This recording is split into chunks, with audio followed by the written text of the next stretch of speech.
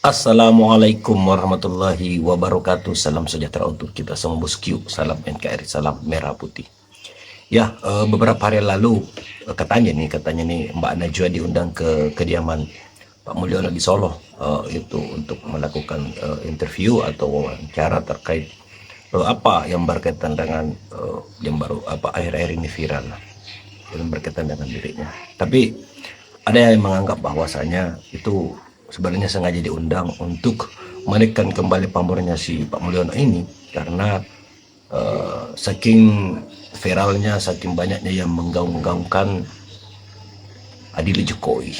Nah, ternyata itu juga dianggap ada kebablasan di situ karena sepanjang wawancara ini menurut Rocky Gerung analisanya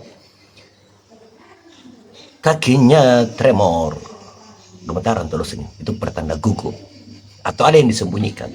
Oke, mari kita simak video. Kepemimpinan Pak Presiden Prabowo ini sangat baik. Oh, penilaian dia Dan nih. juga kemarin juga tercermin di kinerja approval rating di 80,9. Artinya dukungan masyarakat sangat baik. Dukungan parlemen juga dari DPR juga sangat besar. Saya kira beliau pemimpin kita saat ini sangat baik. Kalau Ya, angka dari sangat Bapak baik. berapa untuk 3 bulan pertama pemerintahan Pak Prabowo? Kalau survei kan sekitar 80-an%. Sangat baik. Sangat baik. Tidak perlu angka, tapi sangat Berapa baik. kali tuh? Saya kira 5 kali kayaknya diulang. kita lihat dari kebijakan Tuh kakinya tuh, baik, lihat tuh ya, kakinya. berkaitan dengan makan bergizi gratis itu bagus, diterima rakyat. Saya melihat ini di tingkat rakyat, penerimaan di tingkat rakyat sangat bagus. Kemudian penghapusan hutang UMKM itu juga sangat bagus. Kemudian kebijakan-kebijakan yang lainnya saya kira diterima masyarakat sangat baik sehingga approval ratingnya di 80,9. Tuh kakinya. Bapak sering memberi masukan ke Pak Prabowo? Enggak. Saya kan di Solo. Kalau ketemu Asik. ya berbicara ringan-ringan saja. Enggak. Bapak menghindar disebut cawe-cawe atau karena memang Bapak merasa Enggak, tidak baiklah saya kira Tuh gerak-gerak.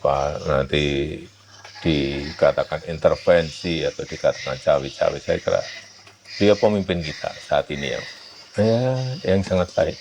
Tuh ketika kakinya, Bapak bilang kakinya, partai kakinya, perseorangan itu kakinya. maksudnya apa Pak, partai perseorangan? Kan Bapak sempat waktu itu juga menjawab partai perseorangan. Ada ide partai politik gaya baru mungkin dari Nantilah Jokowi itu? baru dimatangkan. Nanti Jadi kita masih bisa menunggu ya Pak? Baru dimatangkan. Ya keinginan kita ada sebuah partai politik yang super TBK. Super TBK. Artinya super Dimiliki terbuka. oleh seluruh anggota. Wah, itu keren tuh. kalau yang sekarang dimiliki segelintir orang Pak. Saya nggak ingin berbicara mengenai itu. Karena super TBK kan berarti terbuka. Semua orang berhak untuk merasa atau paling tidak punya kepemilikan terhadap partai politik. Itu partai politik yang ideal menurut Bapak? Idealnya seperti itu. Partai politik yang ideal memang seperti itu. Ke depan saya kira seperti itu. Oke, saya jadi Rocky Gerung analisa wawancara Jokowi dan Najwa karena Shihab. kelihatannya Pak Jokowi juga mengalami keadaan yang sama, Apa tuh? kegelisahan psikologi yang sama. Waduh.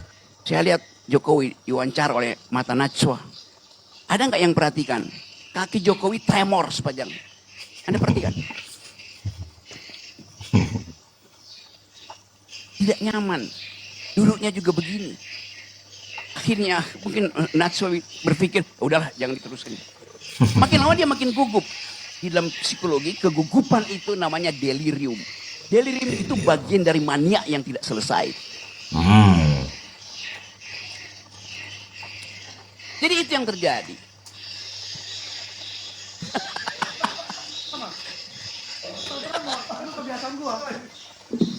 Saya nggak tremor, cuma kebiasaan aja. Tidak khawatir, apakah tidak khawatir IKN akan bankrupt? IKN itu kan proyek jangka panjang, bisa 10 tahun, bisa 15 tahun, bisa 20 tahun. Ya, kalau pindah itu kan mesti betul-betul siap. Di semuanya siap betul. Pindah rumah aja ribet, apalagi pindah ibu kota. Iya.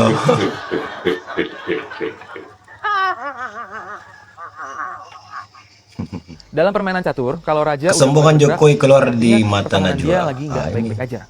Mungkin ini yang dirasain sama si Jokowi, sang raja-rajaan, yang citranya makin hari makin terjun bebas. Karena itu dia butuh sesuatu untuk ngembaliin lagi citranya yang udah hancur karena kelakuan dia sendiri. Nah, beberapa waktu kemarin, acara Mata Najwa yang tayang di kanalnya Narasi TV itu datang ke rumahnya Jokowi di Solo.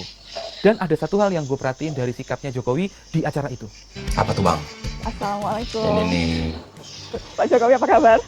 Sehat-sehat Pak? Alhamdulillah, makasih banyak Pak undangannya Pak. Terima kasih. Saya di sini, terima kasih Bapak. Iya, silakan Pak. Iya, Pak. Sombong. Mau kemana 5 menit? Pesan yang gue tangkap. Dia makin sombong dan angkuh. Beda jauh banget kalau dibandingin sama dia yang dulu. Atau nampakkan Kalau bahwa apakah banyak yang tamunya. sekarang ini adalah muka aslinya? Nah, ada beberapa poin yang gue tangkap pas acara itu. Tapi sebelum masuk ke pembahasan, tolong diingat rumusnya. Kalau tuh, Bang? nanggepin pernyataan Jokowi. Rumus apa nih? Namanya rumus kebalikan. Oh, singkir belok Apapun kanan. yang dia bilang, kita harus Iya, aktif iya. sebaliknya. Kira-kira seperti itu. Benar juga Oke, kau Bang. kita masuk poin yang pertama. Najwa diundang Jokowi. Ingat, bukan Jokowi yang diundang Najwa. Jangan dibalik ya. Terus apa artinya kalau gitu? Artinya dia butuh sesuatu untuk ngembaliin namanya yang makin jelek di mata masyarakat. Yes. Mungkin karena pencitraan kemarin dengan ngundang banyak orang ke rumahnya itu kebongkar, makanya sekarang dia butuh untuk ngundang influencer. Nah, gua nggak tahu tuh diundangnya Najwa itu untuk urusan jurnalistik atau urusan advertorial alias iklan dalam bentuk liputan. Tapi ini merupakan suatu bukti kalau Jokowi butuh Najwa Shihab yang punya program yang dapat perhatian dari masyarakat luas. Bukan nggak mungkin, abis ini bisa aja dia ngundang Raffi Ahmad, Deddy Kobuzer, Denny Sumargo, atau Deddy Kobuzer. yang punya banyak penonton. Oke, Macem. balik lagi ke mata Najwa. Kalau gue lihat dalam sesi wawancara itu, Najwa cukup profesional. Dia ngambil posisi sebagai jurnalis yang netral. Walaupun ada satu harapan gue yang nggak kesampaian. Aku ngarep banget itu. Ada pertanyaan, Pak, kenapa Bapak suka bohong? Kenapa nggak capek Agak bohong lain. terus? Tapi sayangnya, sampai sekarang nggak ada jurnalis atau wartawan yang berani nanyain itu. Oke? Nah, selanjutnya poin kedua. Pas Najwa nanya soal banyaknya tuntutan adili Jokowi, di poin inilah gue bilang Jokowi itu sombong banget. Kenapa? Pas ditanya gimana tanggapan dia soal tuntutan adili Jokowi, masa dia bilang itu karena kalah pilpres? Kemarin ada konvoy juga di Solo. Suaranya seperti itu adili Jokowi. Bapak melihatnya bagaimana? Ya itu kan ungkapan ekspresi kan. Ekspresinya bisa macam-macam. Ekspresi karena bakalan di pilpres bisa. Wah. Hah.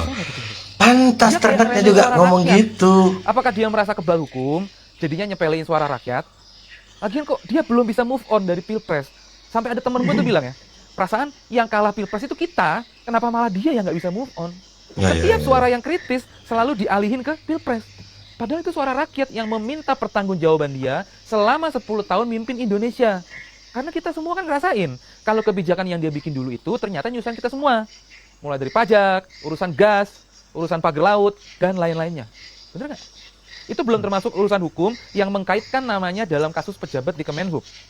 Yang kalau nggak salah, dia ngaku disuruh korupsi untuk biaya kampanyenya Jokowi di Pilpres 2019 kemarin. Itu baru contoh satu kasus ya. Jadi emang banyak hal yang harus dipertanggungjawabkan oleh Jokowi kepada rakyat Indonesia. Makanya nggak heran kalau banyak yang teriak adili Jokowi. Jadi gitu ya, Tuan Jokowi, itu suara rakyat yang minta keadilan. Nggak ada urusan sama Pilpres. Lagian Pilpres udah kelar, udah lewat. Move on lah. Oh ya, bilangin juga ke buzzer-buzzernya Bapak untuk move on juga. Masa apa-apa dikaitin sama Pilpres mulu? Tapi susah juga sih. Kalau bosnya kayak gitu, ya buzzernya ngikutin aja kan. Memang mesti dari tuannya dulu yang move on. Benar-benar. Jadi, buat Tuan Jokowi, jangan lupa move on ya. Wajar ketika Ternas selalu mengaitkan ini semua dengan pilpres karena majikannya juga kayak gitu. Oke bosku, move on oi. Tanggapan kalian di kolom komentar. Assalamualaikum warahmatullahi wabarakatuh. Salam move on.